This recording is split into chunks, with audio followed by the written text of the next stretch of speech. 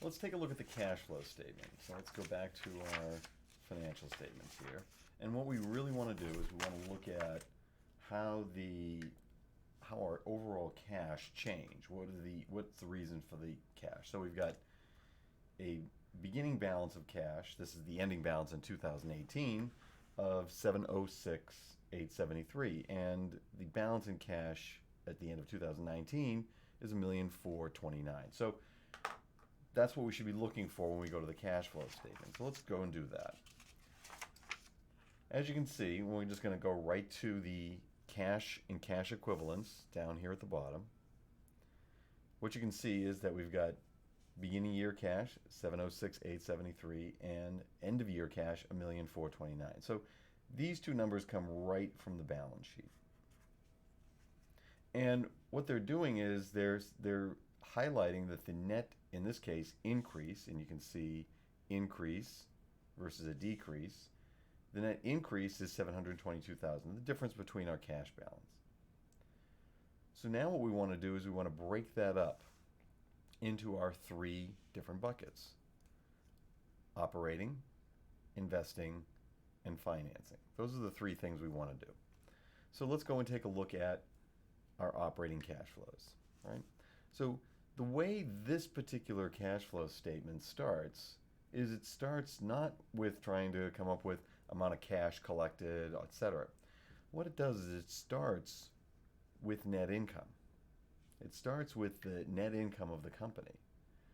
Because when we think about net income, well, that's, it's not perfect, but it's a close approximation of what there may be for operating cash, right? Net income. So this is a different way of showing the cash flow statement. Our concern is just getting down to cash provided by operations. But this is just a different model on how to get there. Now, we're not interested in having you replicate this because this takes some time to figure out. But what this is what we refer to as the indirect method of creating a cash flow statement. When we did the pencil reselling business, that was a direct method. We figured out exactly how much cash was collected from customers, and that's what we disclosed. This one starts with net income, which has all of the revenue, all of the expense, and then we make adjustments. We take out non-cash items like depreciation and amortization and deferred income taxes. We also adjust for gains and losses. And you're going to see these are three pretty typical things that you'll see in any cash flow statement: depreciation, and we'll talk about depreciation and amortization when we start talking about property, plant, and equipment. Gains on sales of equipment, we'll also talk a little bit about that when we talk about property, plant, and equipment. Deferred income taxes, we'll chat a little bit about that later on in the semester. And then the next section of adjustments are these changes in operating assets and liabilities. And there are four groups of operating assets and liabilities. There are receivables, there are payables, we've talked about both of those, prepaids, talked a little bit about that, and deferred revenue. And we'll talk more about all four of those as we move through the course. But what you can see here is each one of these, accounts receivable net,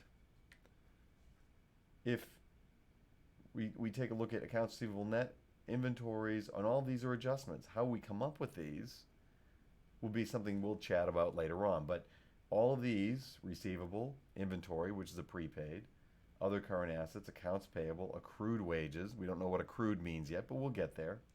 Other accrued expenses and unearned revenue. All of these things, these are the four basic operating accounts that you will see: receivables, payables, prepaids, and deferred revenue. And we start with net income and we make all these adjustments and we come up with what we think is a reasonable approximation of operating cash flows: 3,171,000. Well, remember, cash only increased by 722. So what happened to all that cash? Well, let's take a look. You can see that they had significant capital expenditures. Go back out. See, they have significant capital expenditures. So they spent $1.8 million on capital. They also bought and sold CDs. So they sold some CDs and they purchased some other CDs. But the net effect of all of these investing activities, right? These are all investing activities, used up $1.3 million in cash. And then in financing activities, there was only one financing activity, and that was cash dividends paid. And that's $1.104 million. So of the $3,171,000, a lot of that was spent, we generated that cash flows from operations and gave some back to investors. And we also made some investments in the business going forward. So this is how we look at the cash flow statement. So we can look and see, okay, well, I've got cash flows, net income. Well, I can tie that out to my net income here on the statement of income. And then some of these other things I would be able to tie out by looking at things in the footnotes. If I wanted to see if I could tie out accounts receivable or inventories, I could take a look at the balance sheet and look at the difference between last year and this year and see whether or not that decrease ties out to this change in inventories.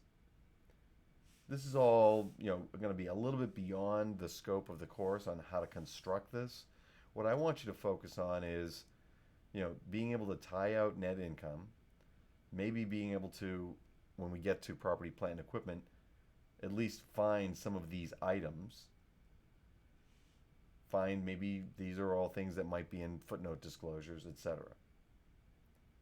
So all of this comes from the rest of the financial statements, and you could, if you wanted to, and we're not going to do it this semester, but you could construct this just by looking at the other financial statements.